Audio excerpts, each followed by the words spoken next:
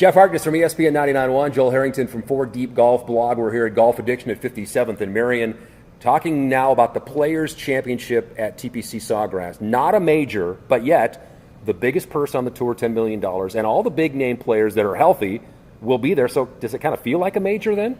Well, it absolutely does. I mean, you literally have the best field in golf. You have the Masters that has a field of around 95 to 100 players. It's very selective, and yes, it has the top names, but it's missing some of the foreign names. You have each of the other majors are governed by a different governing body. Mm-hmm. The Masters is run by the Augusta National Golf Club. The U.S. Open is run by the United States Golf Association. The British Open is run by the R&A.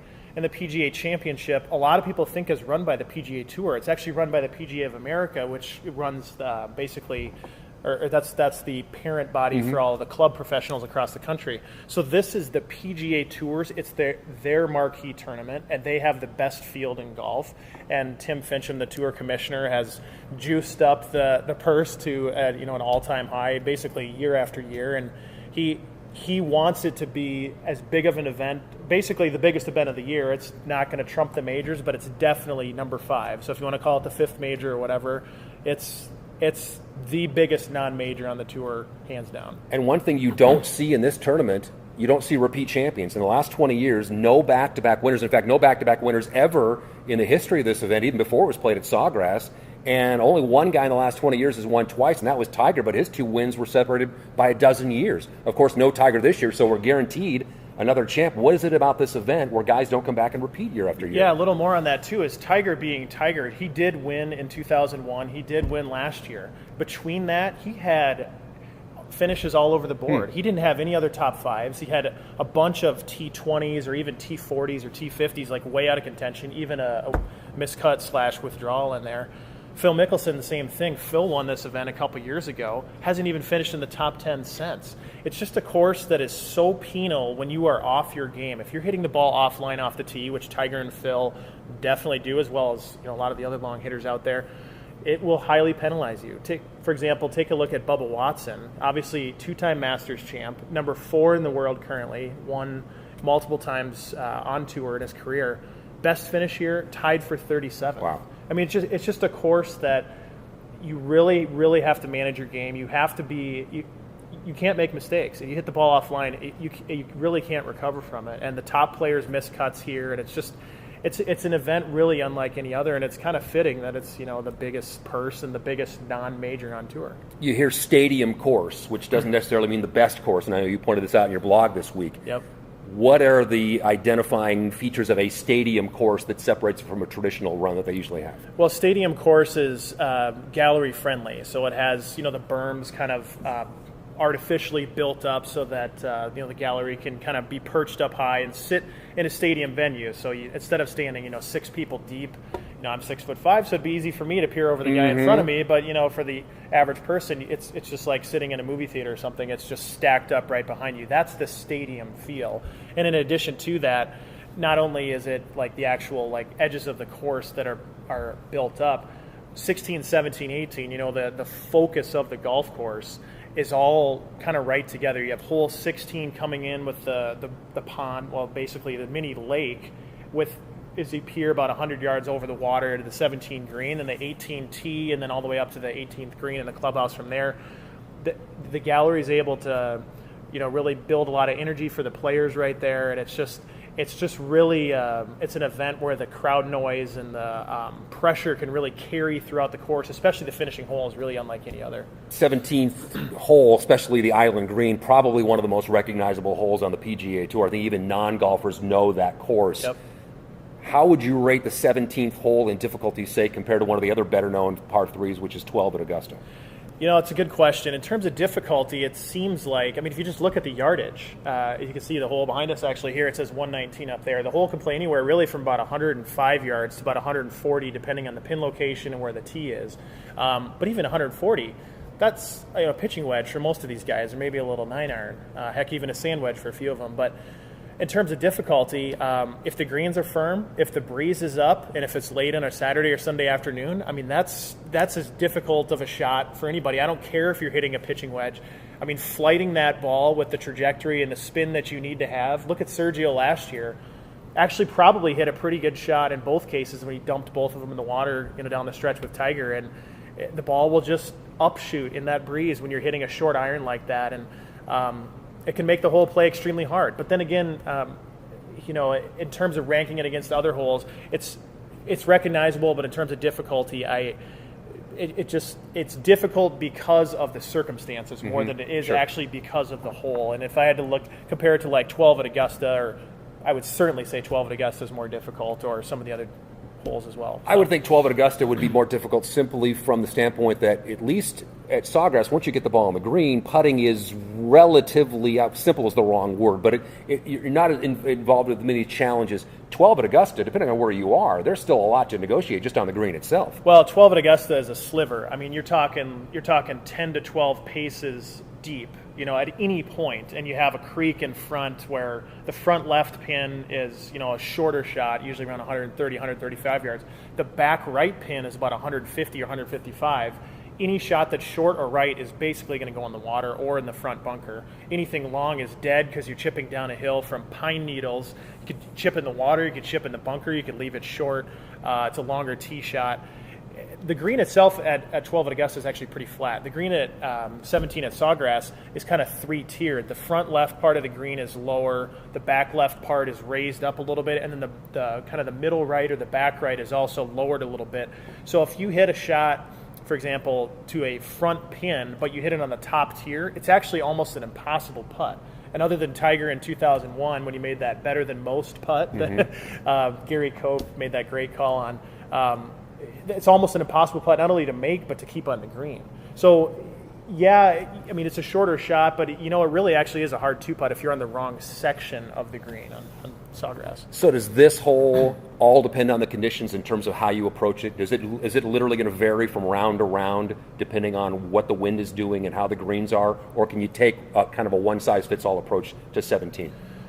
For the most part, it is going to be the former. It's going to be the conditions. It's going to be where the pin is. It's going to be where the wind is. It's going to be what you need to get out of your round. Most guys will happily take a 3 on hole 17 and will just run right to the 18th tee. But, there might be some guys that are feeling aggressive, playing well, or, down the stretch on Sunday might need to make up a shot or two. You can aim right at the pin. And it's going to be mostly determined by that. But it's a hole you can get, but it can get you pretty good as well as we've seen. And then you survive 17, you go to the 18th, 462 yards, a par 4. Talk about that as a finishing hole. Is it one of the more challenging finishing holes in golf? Oh, absolutely. And in fact, at Sawgrass, people think of hole 17. They think of the Island Green like we've just spent the last few minutes talking about. Hole 18 is a beast. It's a par 4 dogleg wrapped entirely around water. So, I mean, if you hit any shot to the left, it's swimming, and you're re-teeing. You're not, for the most part, unless you hit a super snapper, you're not going to be able to go up there and drop. You're going to have to hit again from the tee. And then off the tee, for most guys, it's not a driver because you can run out a fairway through the fairway, or if you block it at all to the right, bailing out from the water, there's a bunch of heavy, deep, rough mounds over to the right where you're going to have galleries that may have trampled the grass. You have some trees if you go super long through the fairway. So a lot of guys will hit either a hybrid or a 3-wood or really try and shape a drive around the corner. Some of them even pull out a 2 or a 3 iron, leave themselves back, to 180-ish, hit a 7 or 6 iron into the green. But in the second shot is no bargain either because the water's left of the green and the mounding is still to the right of the green in the deep rough. Short is really your only miss, but even if you slightly miss that left, it could kick in the water.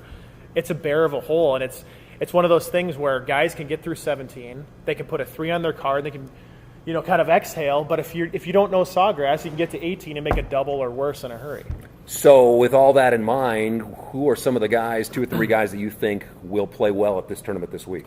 I love Adam Scott, and it seems like a pretty easy pick. But then again, the field is stacked, top to bottom so deep. In fact, Golf Channel in their power rankings, even though Adam Scott arguably is the best player in the world right now, or for the last year, he's number 6 in their power rankings, which I find crazy. He hasn't played a lot lately. He didn't play great at the Masters, but he finished tied for 14th at the Masters. His tournament before that at Bay Hill, he got 3rd, and he had that tournament in his lap. He should have won that tournament.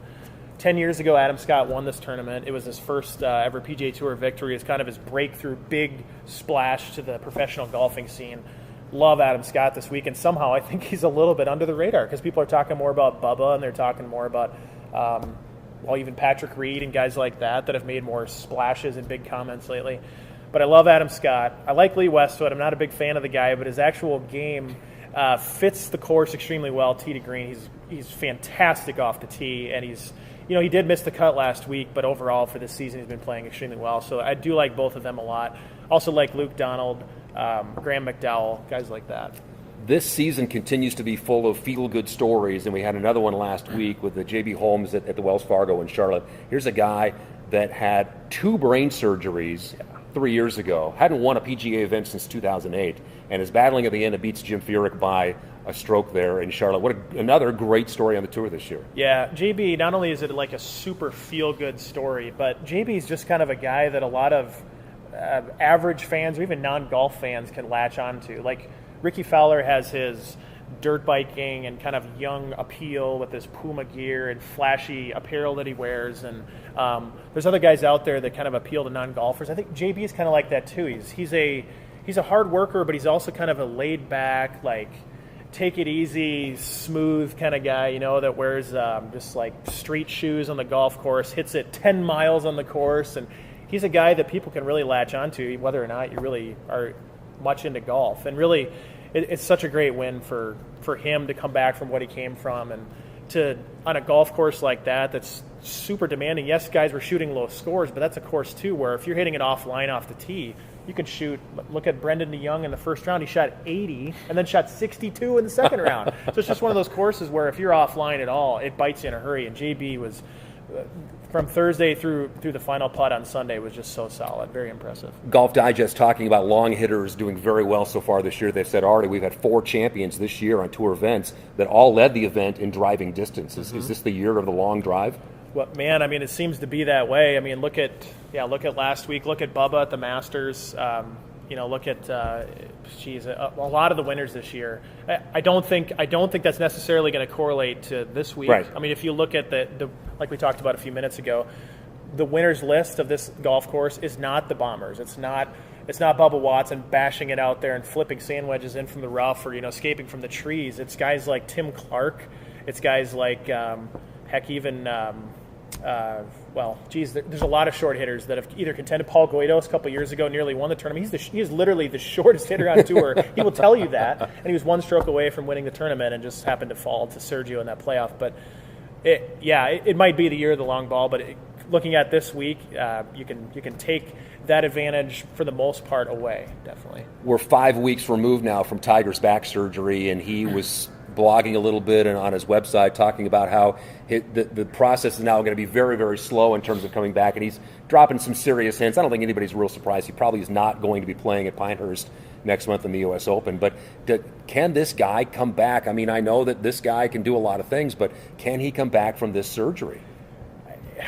You never want to 100% doubt Tiger, but boy, of everything that he's come back from, this one just seems that much worse than whatever he's dealt with before. I mean, his comments usually are motivated. He'll usually be able to pick out a tournament that he can target ahead of time. I know he had ACL surgery and he was out for a much more extended period, but at least with an ACL, you have a pretty good idea you're going to be out for 8 or 9 or 10 months, unless you're Adrian Peterson, you come back the day later.